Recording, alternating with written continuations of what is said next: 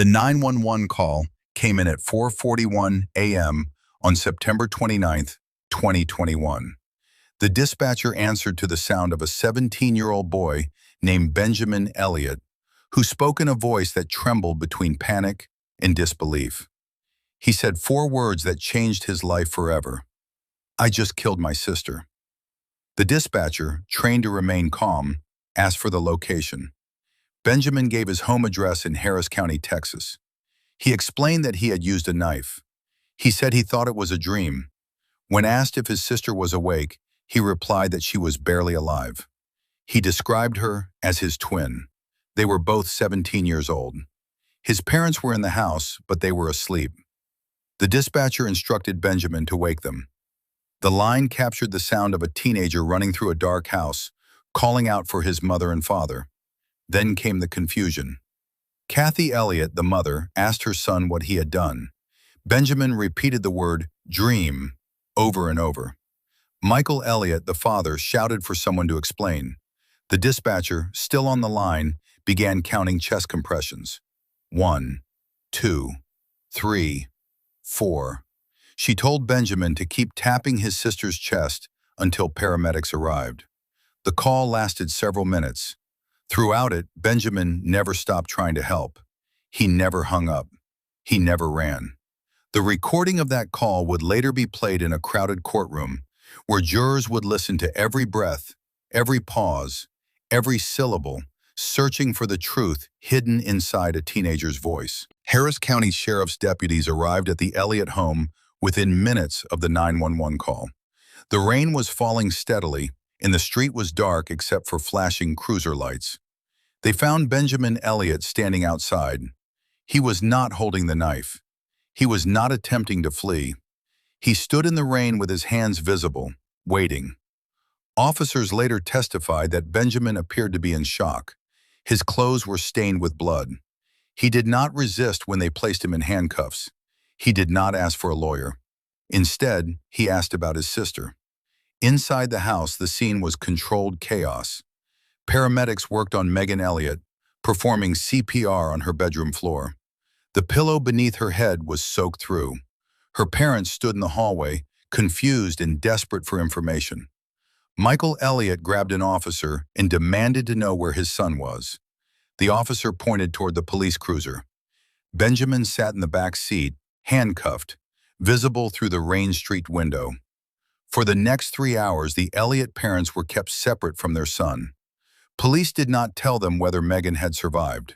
They did not tell Benjamin either. The family was isolated inside their own home, now a crime scene.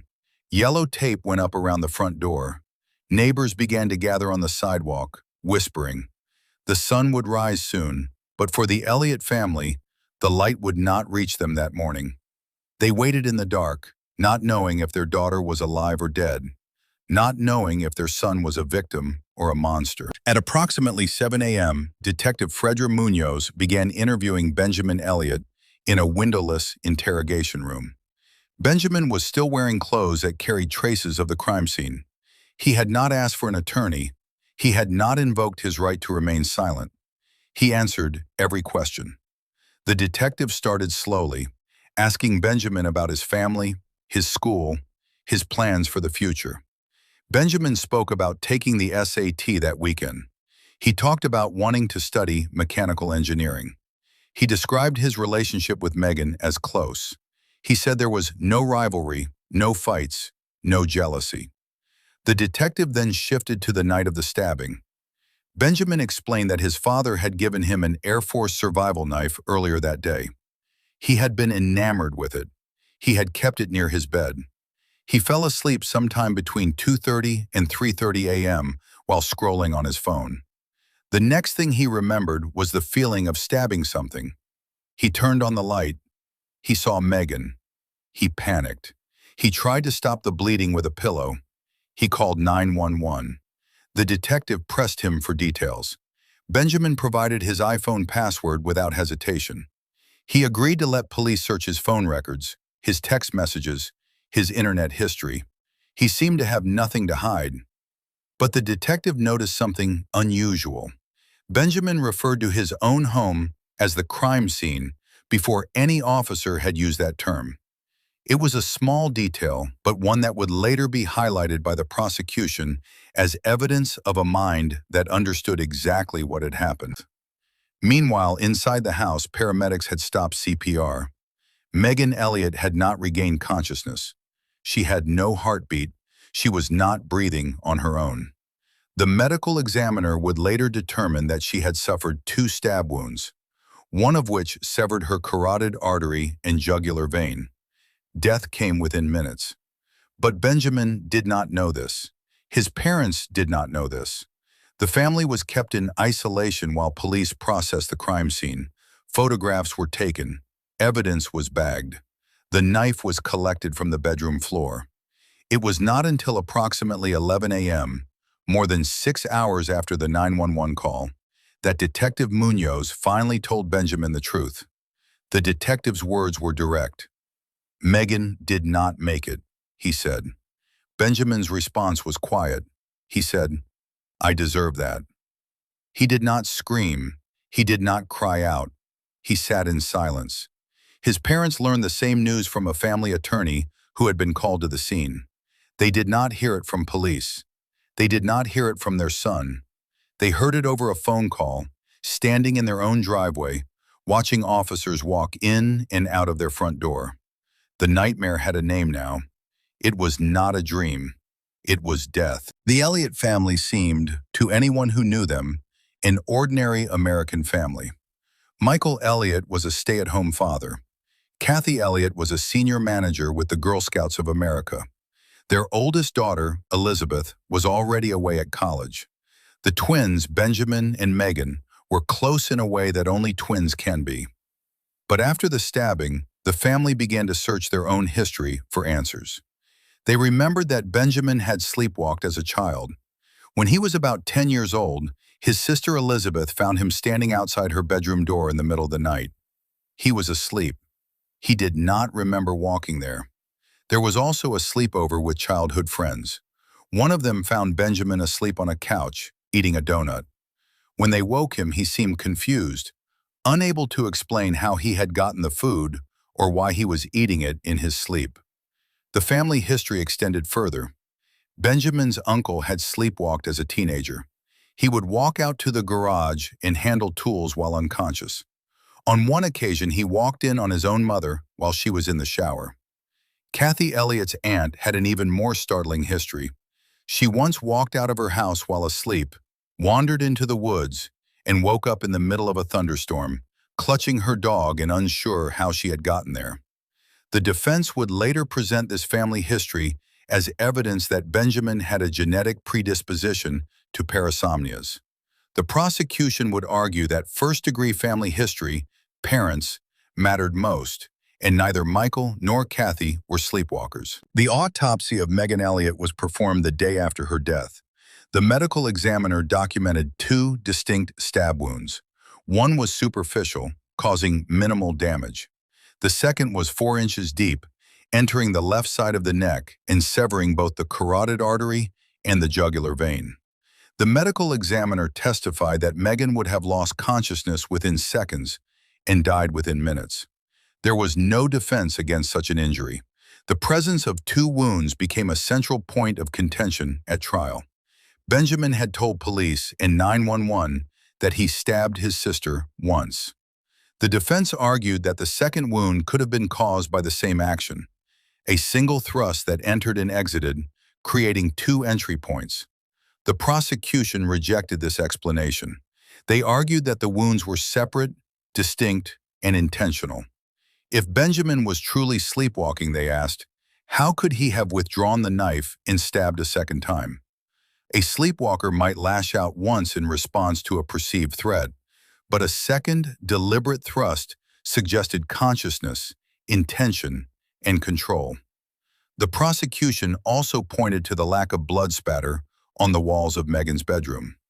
They argued that if Benjamin had removed the knife while Megan's neck was exposed, arterial spray would have covered the room.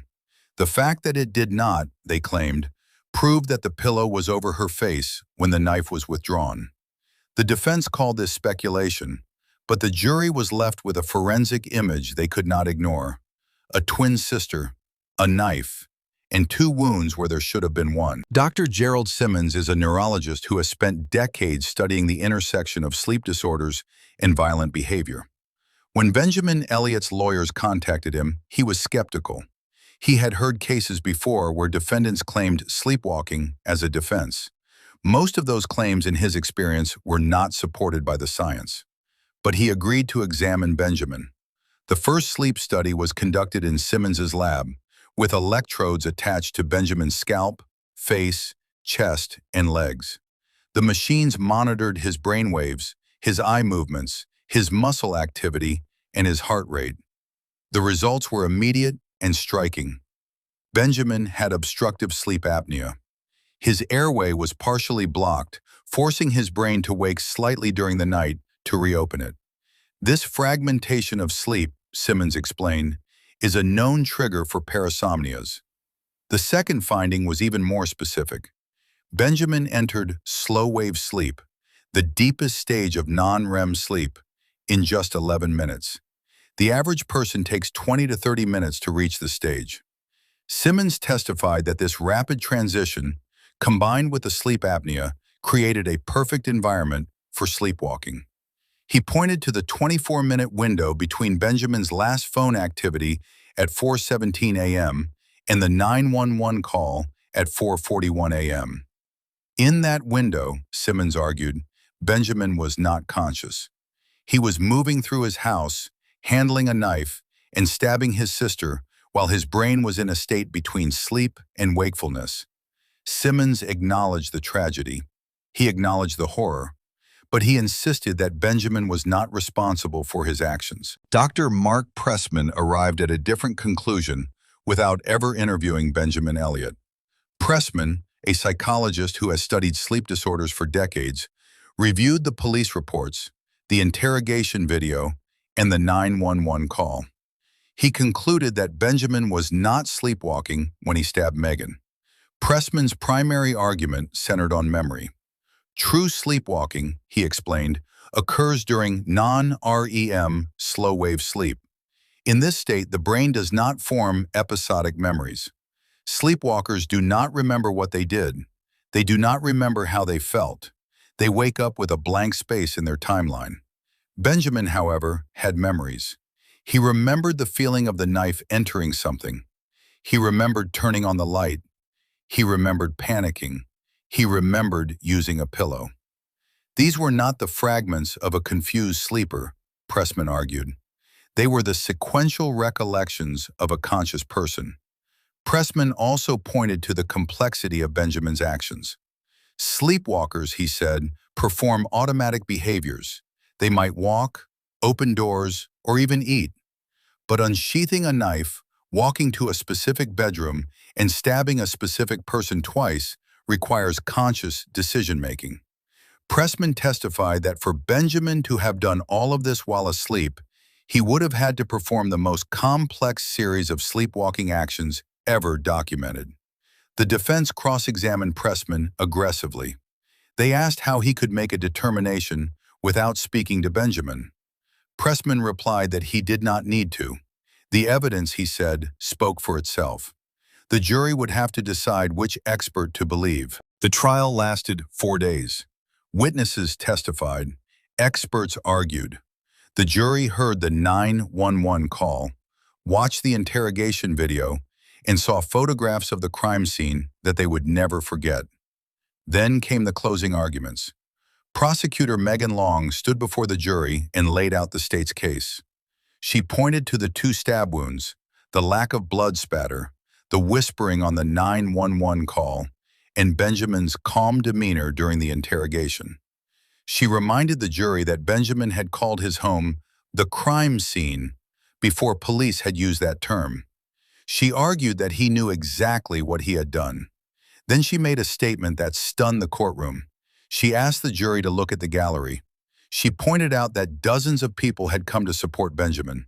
Family, friends, neighbors. Then she said, "There is not one person here for Megan." The defense objected immediately. The judge allowed the statement to stand. Benjamin's parents turned to each other in disbelief. They knew that everyone in the courtroom was there for both twins. They knew that Megan's absence was the reason anyone was there at all. But the statement had been made. The jury had heard it.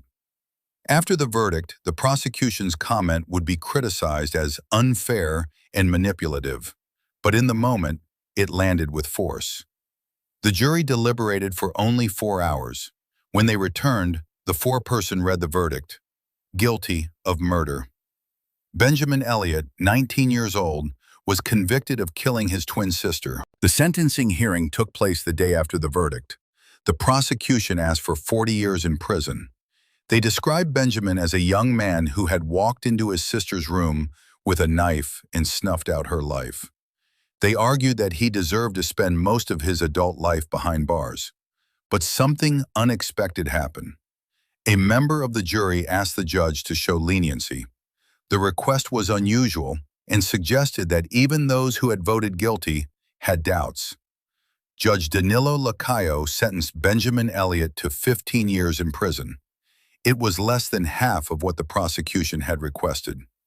Speaking from jail after the trial, Benjamin maintained his innocence. He said the verdict was a miscarriage of justice. He said he was not guilty of murdering his sister. He denied whispering on the 911 call. He said his quiet voice was simply his way of speaking. He denied using the pillow to suffocate Megan. He said he was trying to save her life. He acknowledged that he was the one holding the knife. He acknowledged that his sister was dead because of him, but he insisted that he could not have done anything differently. He had gone to sleep. He had woken up in a nightmare. The question that haunted the trial remains unanswered. Was Benjamin Elliott a murderer who used sleepwalking as a cover? Or was he a victim of a rare neurological event that destroyed his life and his family? The science says maybe, the jury said guilty, and Megan Elliott is still gone.